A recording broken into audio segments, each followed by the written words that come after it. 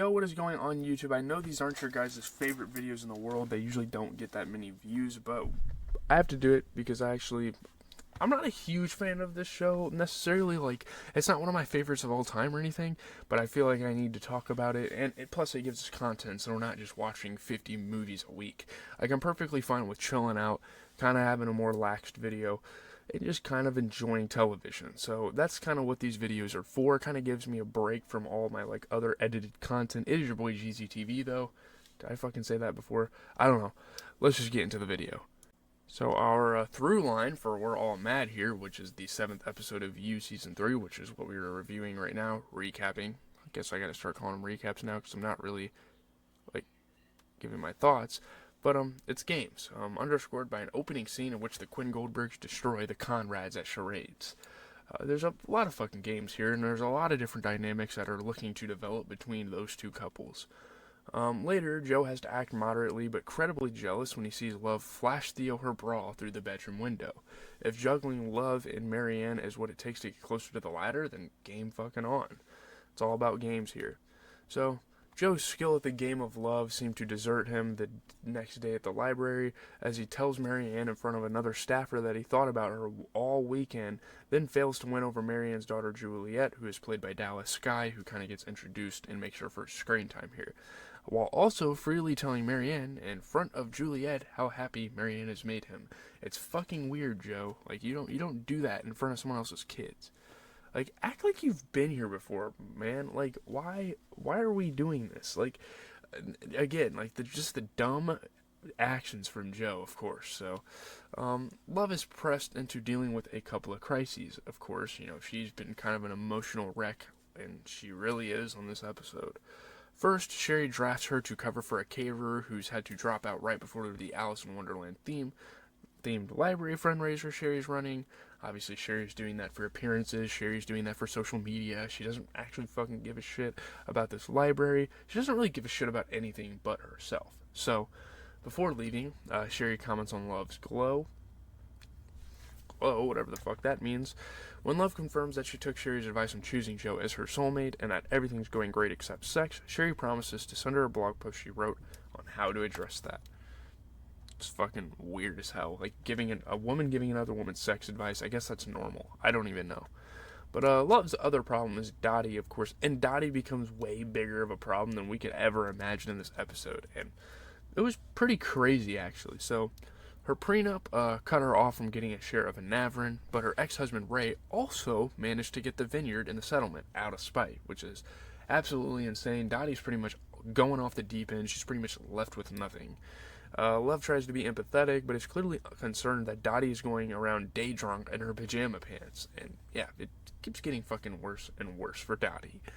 Marienne, having told Joe that Ryan will be at the library gala to deliver a big donation on behalf of the TV station he works for, Joe takes it upon himself to solve her Ryan problem to make sure he's out of the picture. Obviously, they want a fucking donation. I mean, who could possibly turn that down? But no. So he eavesdrops on Ryan's share at a recovery meeting.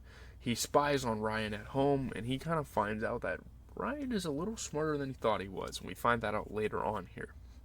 So, he decides that with Ryan's sobriety in a vulnerable state, all it will take to knock him off the wagon is adding ground Adderall to the powder with which Ryan makes his ubiquitous protein shakes.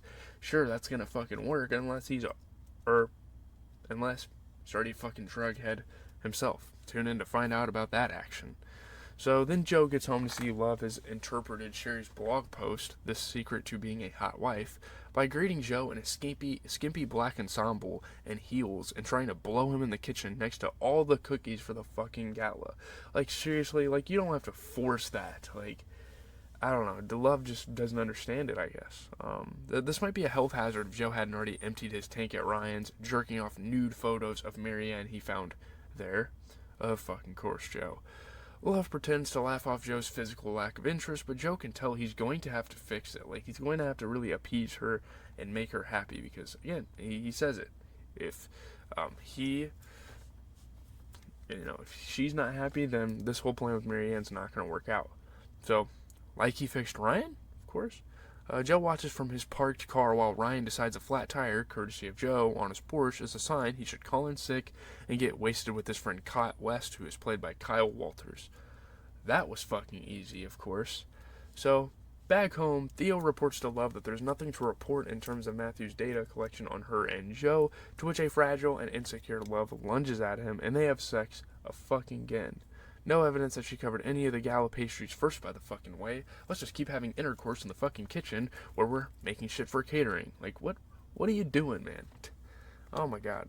But, after Joe's apologized for the failed blowjob with a La Crusette full of fancy donuts, it's time for the gala. Almost, because first, Dottie has to check in, apologizing for her lateness. Love, confused, says they got a sitter for Henry that night, and Dottie loses it, sobbing, "You're keeping my baby from me. Please, he's all I have left." Love just begs her not to drive. And then it's time for the gala. Like, holy shit, so many hiccups in the road here with Dottie, dealing with what she's dealing with, and it's a fucked up situation, really, that Love kind of has to hold the burden of, like, the outcome of this, and we will get to that in a second. So, Joe scans the room for Ryan, whom he assumes will not attend after spending the whole day in a drug binge with Wes. Marienne and Love, against all Joe's most fervent hopes, meet each other. Love makes a slightly icy comment about how much Joe loves his work at the library, even if there's late shifts. It's kind of a fucking weird thing to say, Love, but to which, obviously, Marienne smoothly lies that she's been seeing someone new lately, and Joe's been picking up her slack. It's like, yeah, you kind of have to divert her attention off the fact that you two could possibly be having a fucking affair. But, alright. Success. Love is visibly relieved not to have to be jealous of the time Joe has been spending out of her sight. So, that's great. Obviously, Marienne played that really well. And then, Ryan is there with his giant fucking check. Complaining to Joe about what a jerk Ryan is, Dante reveals that he is not and never has been sober, even though he's continuously been going to these meetings. Dante once accidentally sipped Ryan's protein shake and got so tweaked he couldn't sleep that night. Joe figures out that he just wasted $1,200 on Adderall.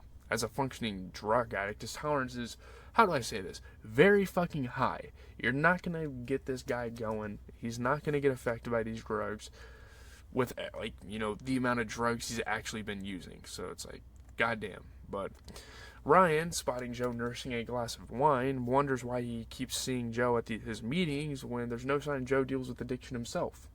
Putting himself on Ryan's radar? Let's call that a own goal in Joe's game.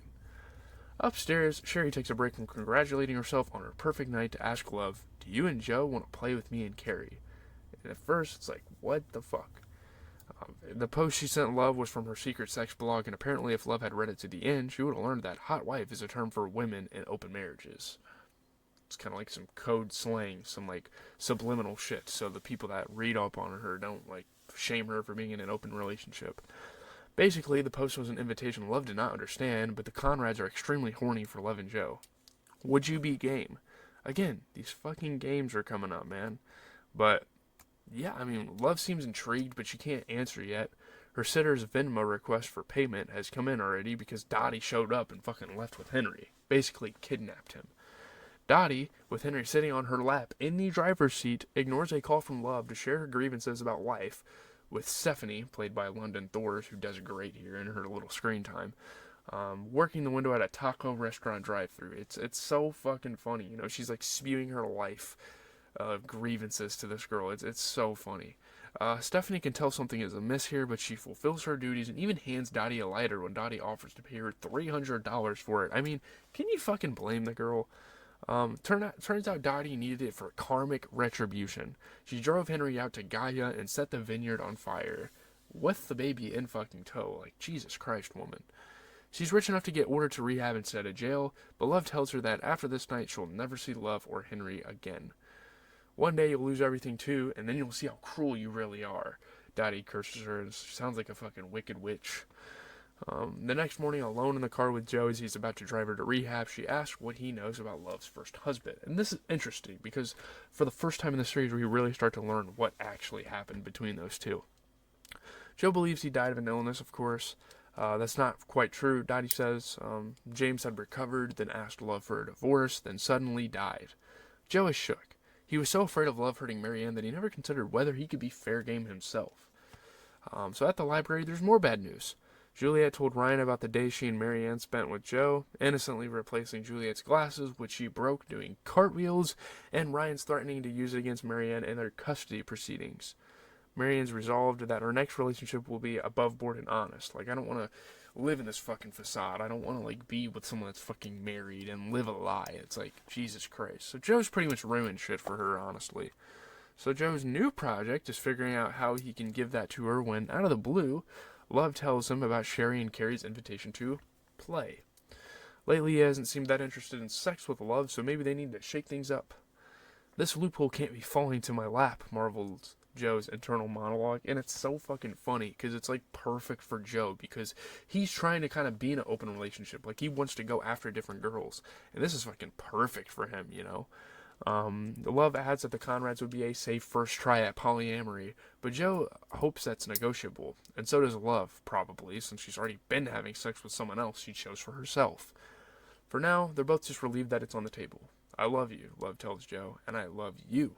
Joe's internal monologue tells Marienne, Joe's a piece of shit. Like, let's all be honest. We can sit here and be honest with ourselves. Joe is actually a piece of shit, but yeah, finally, we see the Goldbergs finally leaving the bakery together, and what Leo couldn't tell Love about Matthew's investigation because he didn't know, Matthew has hired a facial recognition expert to work on all of Madre Linda's CC cameras, to which he's gained access through methods, and now he can easily access both archived footage of his chosen targets and also watch them live. So this is kind of a development that was going on in the background. Obviously, it wasn't that major because we were kind of focused on all the other storylines that were going on, like, you know, Love and Sherry having these conversations about open relationships and, you know, Joe in the pursuit of Marienne.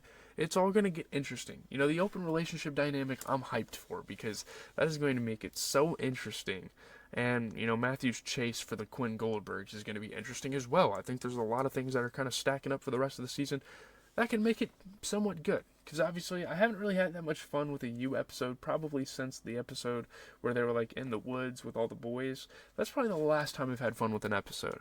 But hopefully that can change. Hopefully we can kind of close out the season stronger than what we've been going. Because I'm going to be honest, I'm not a huge fan of how things have been going for this show. So I'm out, guys. Hopefully you guys have a good rest of your day. I know these are super low effort videos. Just stay with me on this. Yeah, that's really all I have to say.